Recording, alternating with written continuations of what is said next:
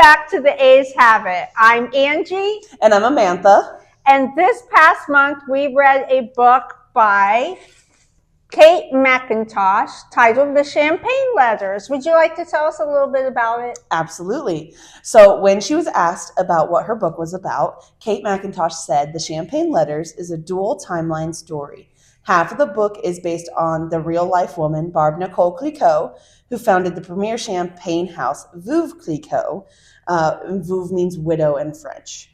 And we find out one of the only reasons she could own this is because she was a widow. It was the only reason she was able to run it in France. She dealt with numerous business competitors during the Napoleonic Wars, motherhood, and actually a pirate at one point. The other half of the book tells the tale of Natalie, modern-day woman who, after her divorce, runs off to Paris.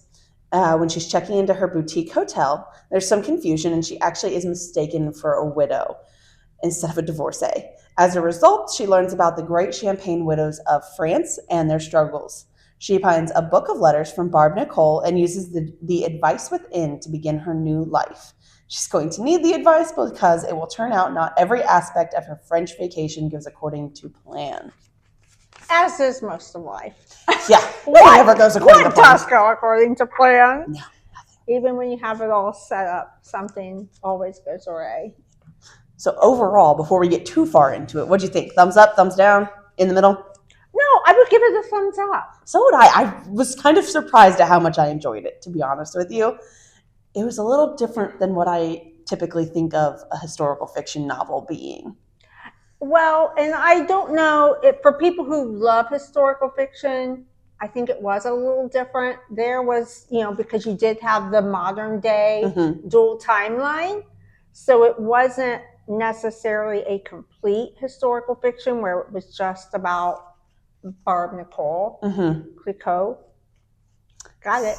It wasn't just about her, but it was also about this modern day woman. And then there was a bit of a whodunit involved. That's what I loved. So I'm not surprised when you don't generally read historical fiction, having read this one, that you liked it because you love suspense thrillers. I was trying to give a good old historical fiction a shot, and it was like, psych, here's a little bit of everything for you. And I think my favorite part was honestly the chapters from Barb Nicole, because during the Napoleonic Wars, and she was dealing with a pirate at one point or another. We're not going to spoil anything, but I found that part really funny. Like, I love, pirates. They're cool. But most of the historical fiction I've read, well, probably all of it really, is World War II. So going all the way back to 1805 and the Napoleonic Wars, that's not anything I'm used to reading about. Yeah. So I found that really interesting, but Natalie's parts kind of kept it going. I feel like if it had just been all Barb Nicole, it would have dragged, and I probably wouldn't have liked it. Okay, a fun little fact about the whole storyline of Natalie. So at this time when the author wrote this book, or right prior to her writing this book, she herself was going through a surprise divorce at the age of 50. Yes. So, and she struggled with it. So she was asked in an interview, what was the inspiration for Natalie's character? And she said, a few years ago, my marriage blew up. It was right before my 50th birthday and our 25th wedding anniversary. He clearly gets extra points for timing, she said. We had already booked and prepaid for a big anniversary trip to France. Unexpectedly, I'd lost the person I thought was my best friend, my home, and half the belongings we spent our lives collecting. I was sure not going to lose that trip, so I went without him. Good for you. So she said, but unlike the character in my book, who ends up in several adventures, she just kind of walked around and ate her weight in cheese. But she left the trip with an ideal for a novel and the reminder that she's capable and a strong person. So I found that interesting. But what I also found interesting, and I thought of you when I read this other review, she originally was going to have Natalie kill her ex-husband. And this was going to be a murder, like a murder mystery book, is what she had intended on doing. We could do like an alternate timeline book there, Kate, if you're watching. So she said you can kind of understand how she was feeling about her divorce at the time and what she was going through. You know, that was probably during the anger phase, I guess. Oh, yeah. But I found that interesting. And what a different book it would have been. To go from that to this. I think she made the right choice. I think she made a right choice too. But I love that she did still sprinkle in a little bit of a mystery with the con artist's arc that we had in there, which I thought was very interesting. And I didn't see that one coming. We'll get into that when we go to spoilers, because I didn't see that coming. No, you didn't. No. Him, yes. The other half of it, no.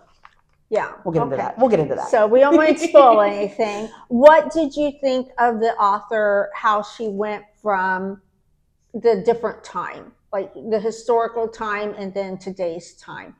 Did you feel like she seamlessly did that? Because I did. I think so, yes.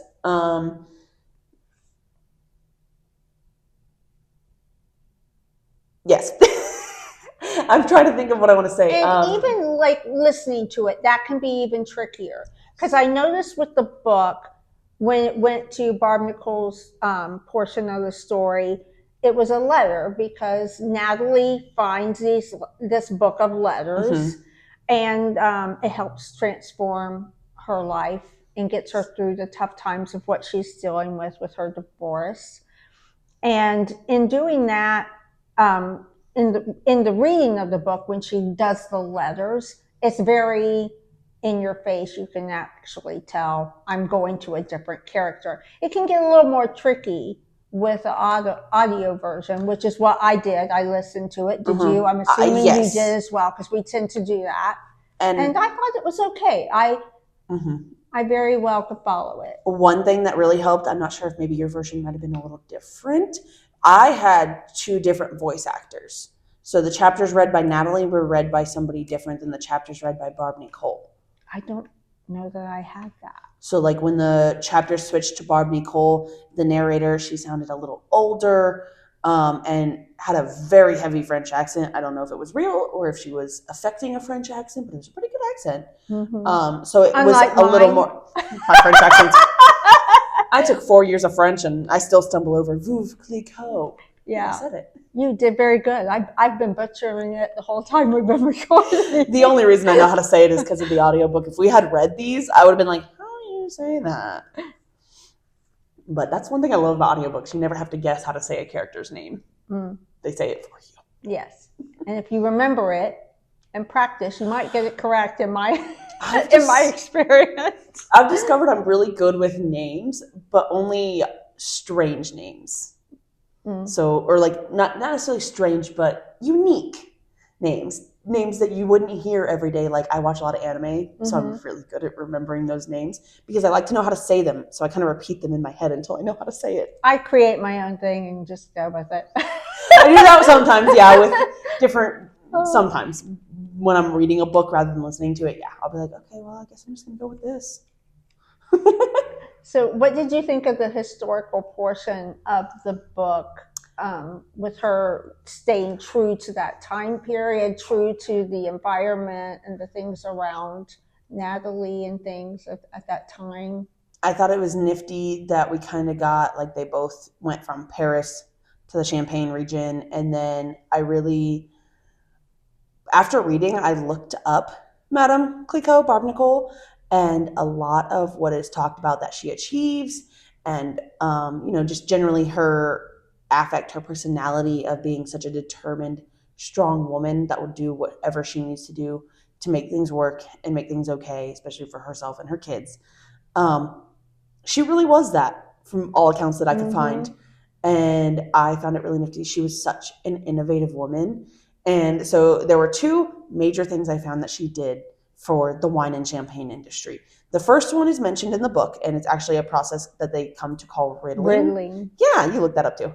And basically, it was her invention of a table to hold the bottles upside down so that the dead yeast collects by the cork, and they can take that out and then fill the bottle back up with good wine. and that created the clear champagne that we know today, which is amazing. She also invented sparkling rosé. I read that. Yeah. Yes. Didn't know that. And I just think it's awesome to know a woman in 1805 to like 1811, 1812 is when this kind of took place, and where I believe she made these kind of strides and inventions is what I found. Could do all of that. Yeah. Yeah, at a time when a woman is pressured to get married and let your husband take over the business. Everybody wanted her to remarry, and I'm so happy she didn't. Mm-hmm. Like, even in real life, I'm just so happy she didn't remarry, because, they would have taken all of that from her. Even if she had still invented them, they would not have ever been under her name. Yeah. And the likelihood of anyone finding out that she, in fact, did it and not her husband, slim to none. And there is no book of letters for a granddaughter. Darn. But there was some letters left behind from her, but there wasn't a book. So the author did take a little bit of liberties with that, but that was a genius way of telling the story, I thought. And one thing that I found, because I looked up specifically, like, if she was ever known to have done such a thing, the storyline with the maid. The maid. The little mouse. The little mouse, yes. That was a hard storyline to read, I thought. I thought it was very sad. I can kind of understand why, but at the same time, maybe just offer her a little extra money and she would have stayed quiet. You didn't need to ruin her like that. Mm-hmm. And then when she found out that she wasn't actually the reason. We can't give spoilers. I know. When we can, it's going to be fun to talk about. But yes, this particular character was wrongfully done. So wrongfully done. And that was a hard part of the story for me to read and get past. I didn't want to like Barb Nicole for that, but I still liked her. Yeah. And we're flawed people. And that was... Everybody makes mistakes. That was a deep flaw of hers, but it was a big one. Very big. And it was really hard to read, and it was hard to get past, I thought. Yeah. Oh, man. But a very interesting part of the story. I was surprised also to find out this is her one and only work thus far. I could have sworn I've heard of her before. Maybe I'm thinking of a different name, and I'm just mixing them up, but I swear I've heard of her before. Because I thought, I'll read another book by her. Would you read another book by her? Yeah. I think she writes very well. Yeah, and she is working on another book about another woman. It has to do with photography. Ooh. And the way people are portrayed. So I'm looking forward to reading that. But this just came out at the end of December 2024. Oh, so it's only like 2 years old. And when you write historical fiction, there's quite a bit of research involved. And she was asked about that particular process. And it's actually a process she enjoys. She loves history. And her problem isn't finding enough. It's the editor having to be like, okay, scale back. We don't need to know all this information. Yeah. But she mentioned how one of the characters was walking and put their hands in their pockets. And then she was like, I don't even know if they had pockets at that time. So she started researching, and then, she's researching everything up to underwear and everything else. Like, she just, at that time, what every article of clothing they could possibly be wearing. And so that's what I meant when the editor said, we don't need to know all of this information, but she just gets so fascinated with the time period. Yeah, and you want to be as accurate as you can, and now I'm really curious if they had pockets. Because I know in like the time period of, early 1800s, as far as I'm aware, women had pockets. They weren't sewn into anything. You tied them around your waist under your hoop skirts and your numerous skirts, and all your other skirts had slits. So you could get to your pockets. As for men's pants, trousers, whatever you want to call them, I don't know about that one. Yeah, I know today. Now I got to know. I know. I know today we're all like, I just got this dress and it's got pockets. We're all about it. Well, that's because women's things never have pockets. And if they do, they're either fake or they're itty bitty. But I digress. So that was interesting part of the story. I can imagine, like, you probably want to put everything you can in there so that people don't accuse you of making things up or being inaccurate or all these things. She was really worried about being inaccurate, and she said, I've always been a bit of a history nerd and have read historical novels for years, but never thought I could write one. I was afraid that I would get things wrong, which of course would result in some type of official public shaming, possibly with overly ripe vegetables being hurled at me. So she has a bit of a sense of humor, as you can tell. And she goes on to say, one of the lessons I've learned in the past couple of years is that not doing things because I'm afraid I may fail or others may not like what I do is a huge mistake. This is the one great and glorious life I'm going to get, the only one. There aren't any do-overs. This is the story I wanted to tell. If I didn't because I was afraid to get it wrong, then no one would hear it.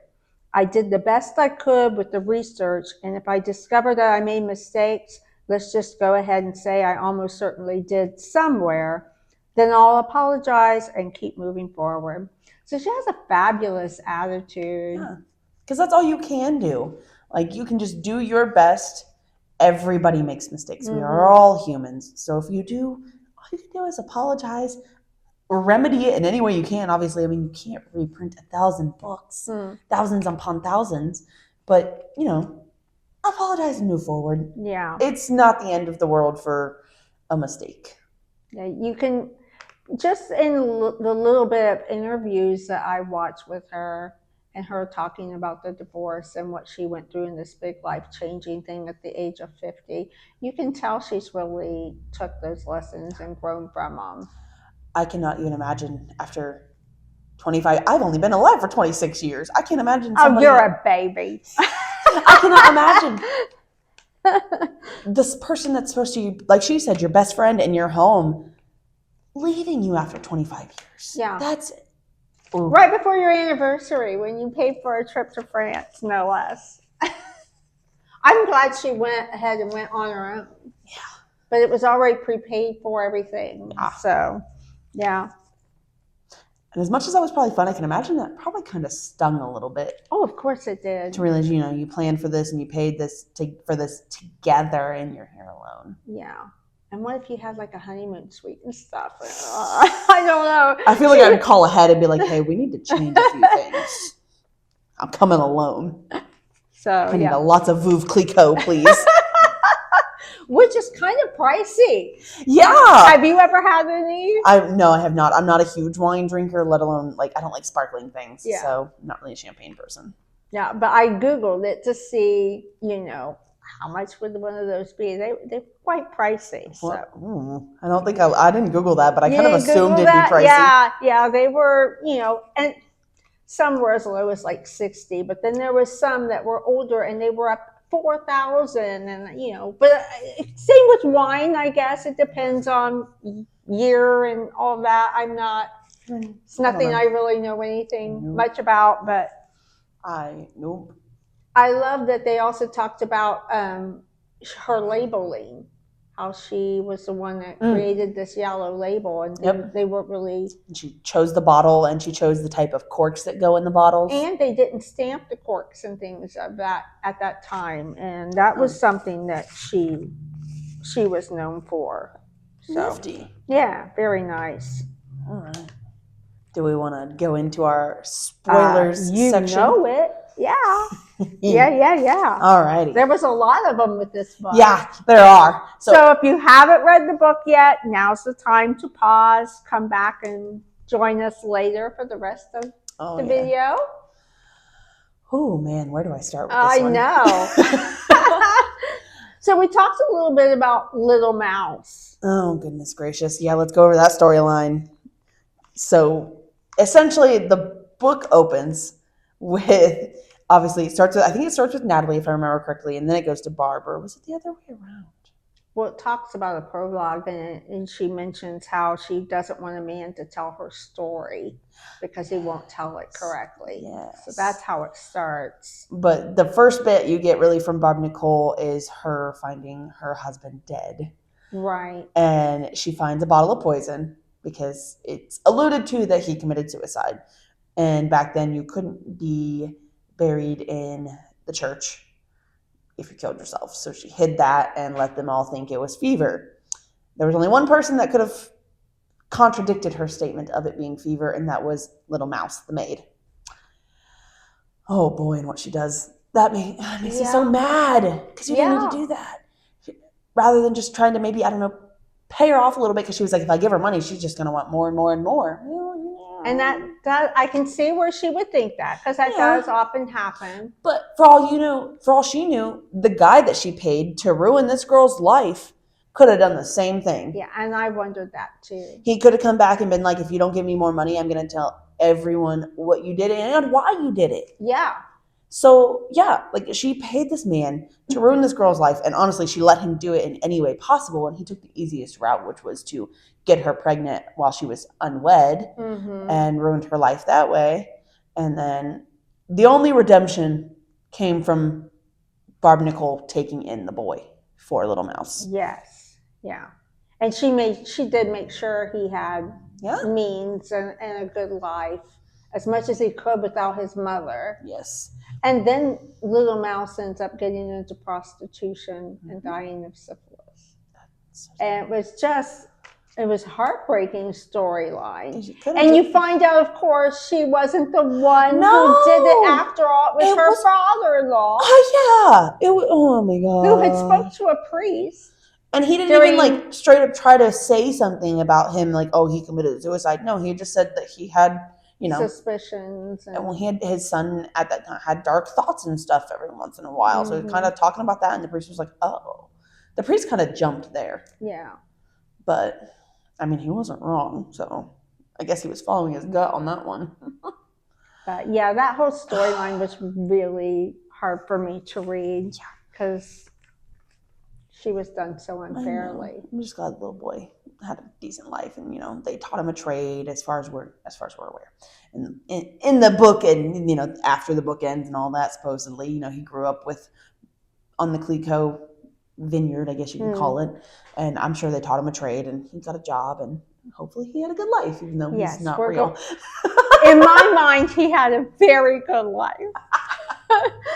And then Natalie's story. Oh my goodness. So did you kind of suspect Sophie after a while? Because I did. She was a little too nice. And then the way she kind of just boop, boop, boop, boop, ran off, because why would she get fired?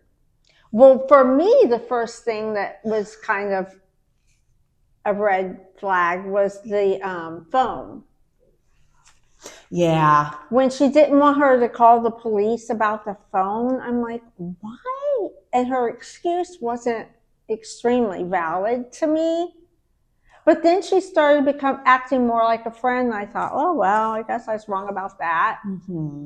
So I was kind of back and forth with this character of thinking she was dirty. And we had no proof until she found the picture of her and Gabriel, or whatever his real name is. And did you think, though, when she saw the picture that was what was going to happen? I was like, oh, she's going to see. Because she said some of them have women in it. I'm like, okay, here we go. I kind of caught that. I kind of caught onto it there at the end, and then they fully revealed it, and I was like, oh my But then she says she was mad at her. At one point, too, she says she was mad at her because she had lied to her by letting her believe she was a widow. That was prior to the picture. And at that, I thought, okay, I could see you really feeling betrayed. So then I was like, Team Sophie. And then they get to that picture of her husband. And Gabriel. Her and Gabriel. Yes. And I was like, I knew then. That made me so mad. Because I know you're trying to, perpetuate a con here. And that's bad in of itself. But you are being such a hypocrite. You're getting so mad at her. I know it was kind of like fake mad, but like you're getting so mad at her for lying about being a widow, even though you just kind of assumed. First off, they just assumed. Nobody asked. Right. They just assumed. And then to come find out you're lying about that too. Like, she had ample time to correct the assumption. Oh no, she should have. I'm not saying Natalie was in the right here. No, Natalie should have corrected that the second she mentioned something about being a widow as well. She should have been like, oh no, you misunderstood. He's not dead. He's just gone. And, she could have been like, dead to me. 'Cause I get it, he can be dead to you. He cheated on you after 25 years of marriage. Yeah. He can be dead to you, but he's not dead. You're not a widow. You're a divorcee. There's a difference. They both hurt, but different hurts, I think. Yeah. Her vengeance was good, though, wasn't it? Oh, my gosh. That was my favorite part. Honestly, I thought she was really going to accept her losses and go back to the U.S.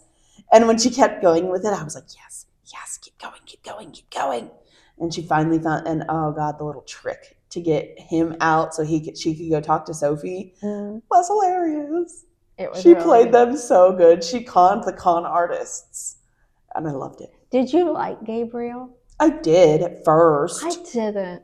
I thought he was really charming, but also I kind of thought, because when you think of Paris, France as somebody who would go there as a tourist, you often think con artists and pickpockets. And unfortunately, you think the worst of places that you've never been to. Not everybody does this, but I am paranoid, okay? I think the worst about things, I have anxiety. But so like when he came up and was being so charming and keeping her from buying a terrible bottle of wine. Oh, we know that was a terrible bottle of wine.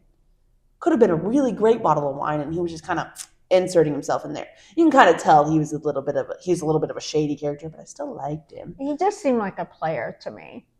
She was an older woman, he was younger, and he'd come along and was being all charming. I'm like, oh, you just seem like a player to me. Walk away, Natalie, walk away. She should have, she should not have sat with him and drank wine. And I'm like, yeah, you feel nice and Parisian, but I was hopeful, but he wasn't. He was a cad. Yeah, he really was. But in the end, it all worked out. Yeah.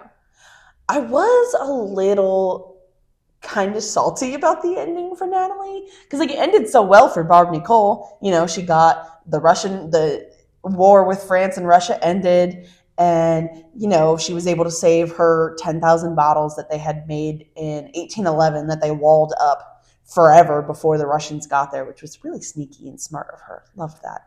She walled them up. Although some of that idea came from her father-in-law. She made it happen. But in the book, they... Thinking to do it far enough in advance that everything would be dry and set and they wouldn't be able to tell the difference between the walls and the false walls. I thought that was a really smart idea. Could have been at the prompting of her father-in-law. I might have skimmed over that fact, to be honest. But sometimes when you're listening to it, you get a little distracted and you miss a couple things. Yeah. But after all that happened, and she smuggled her 10,000 bottles of wine into Russia with the pirate.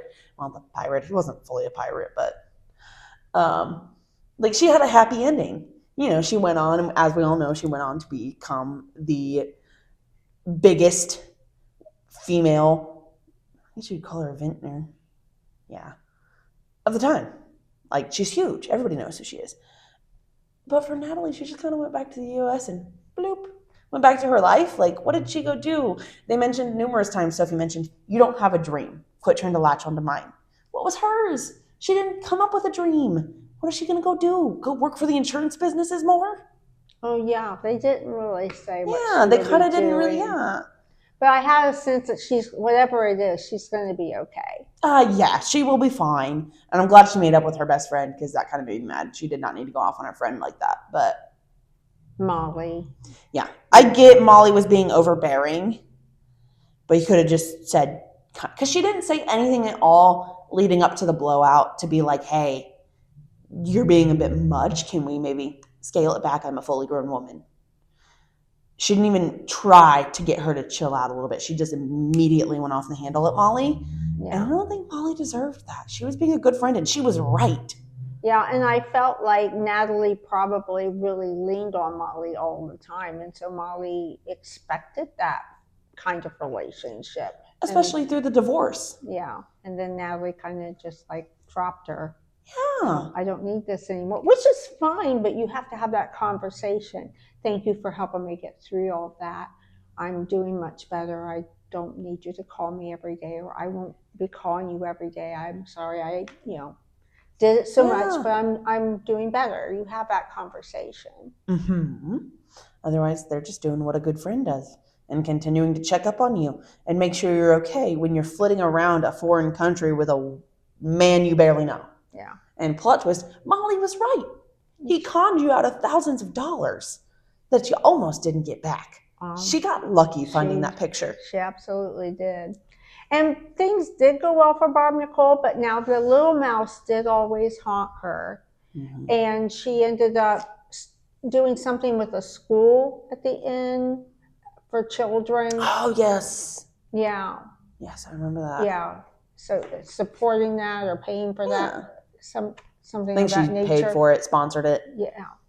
And to try to ease that guilt of what she had done. So that did, and that was, for me, I appreciated that. It doesn't make up for what she did by any means, but it was nice to know that it still haunted her, that she wasn't okay with her actions. That she was, she felt bad. She was guilty for it. She ruined somebody's life and inadvertently caused their death. And she wasn't okay with it. Like, as soon as she realized what she had done, I think she wanted to fix it. I think she really did.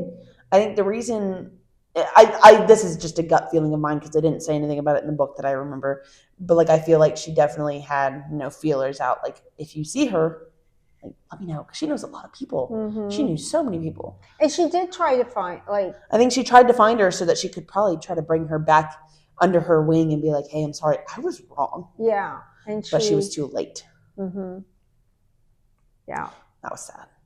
But overall, it was a really good book. It was. I look forward to her next one. It had it had elements of everything. Historical fiction, a little bit of romance, even though it was fake because he was a con artist. The whodunit, obviously the whole mystery of Gabriel, and then to find out Sophie. Mm-hmm. That was fun. I like the books that are like a little mix of everything. Nice change of pace. It's a little fun. Yeah, and this would appeal to a lot of people. Oh yeah. Yeah. All right. Historical fiction lovers, romance lovers, mystery. Because even if you don't like historical fiction like me, I'm really not a big historical fiction reader.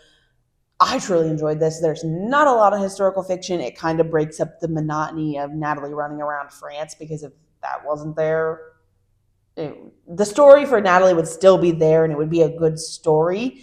It would be a really small book, especially if she didn't, replace the chapters of Barb Clicquot with more adventures in France. It'd still be there, but I don't think it would have as much meat to it. Oh, absolutely not. Did you know who Barb Clicquot was prior? Had you ever heard of her? Nope. Or know anything about that particular champagne? Nope. Never heard of the name. Me either. No, not a single bit of it. No idea. I love that, and that's why I'm a big fan of historical fiction. Mm-hmm. I love learning something about someone that I knew nothing about. Oh yeah. And just like Natalie, that's how you learn about life in general a lot of times. Yeah. And I had a lot of fun researching Barb Nicole after we read it, because obviously I didn't want to spoil anything for myself, so I didn't do it before. So I researched her after we read it, and like I said, she did a really good job kind of summing up her life and her achievements in the few chapters, because like I said, it was every other chapter with Barb Nicole and then Natalie. So yeah, she had a really good balance there. She really did. I agree with you. I also really appreciated, I forgot to say this, that in my experience with the few historical fiction novels that I've read, when they bounce back like this, it's typically the modern day person is somehow distantly and unbelievably related to the historical figure. I'm so glad she didn't try to do that. I the thought of her just finding the book of letters and it just kind of jumping out at her, because that's what she needed. Yeah, she found it at just the right time. Yes, and I love that she left it in France. She left the book in France. I think she just left it at a cafe for the next person who needs it. So, are we ready to announce our next book? I am indeed. So obviously next month is February. So we got to stay on topic here. We are going to be reading The Wedding Date by Jasmine Guillory, I believe is how you pronounce her last name. That's how I would say it personally, but I'm not sure.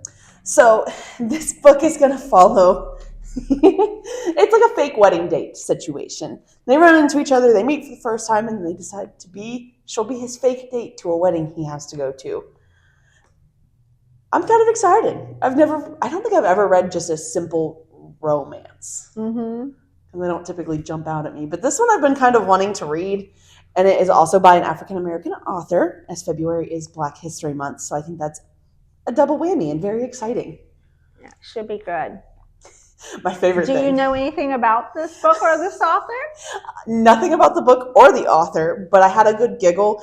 I picked it up because we wanted it in the video.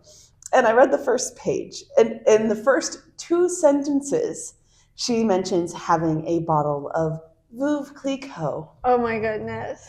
And I died. I had to call Angie here instantly and tell her about it because neither of us would have known what that was had we not read this. Absolutely not. But now we know because we're very well read.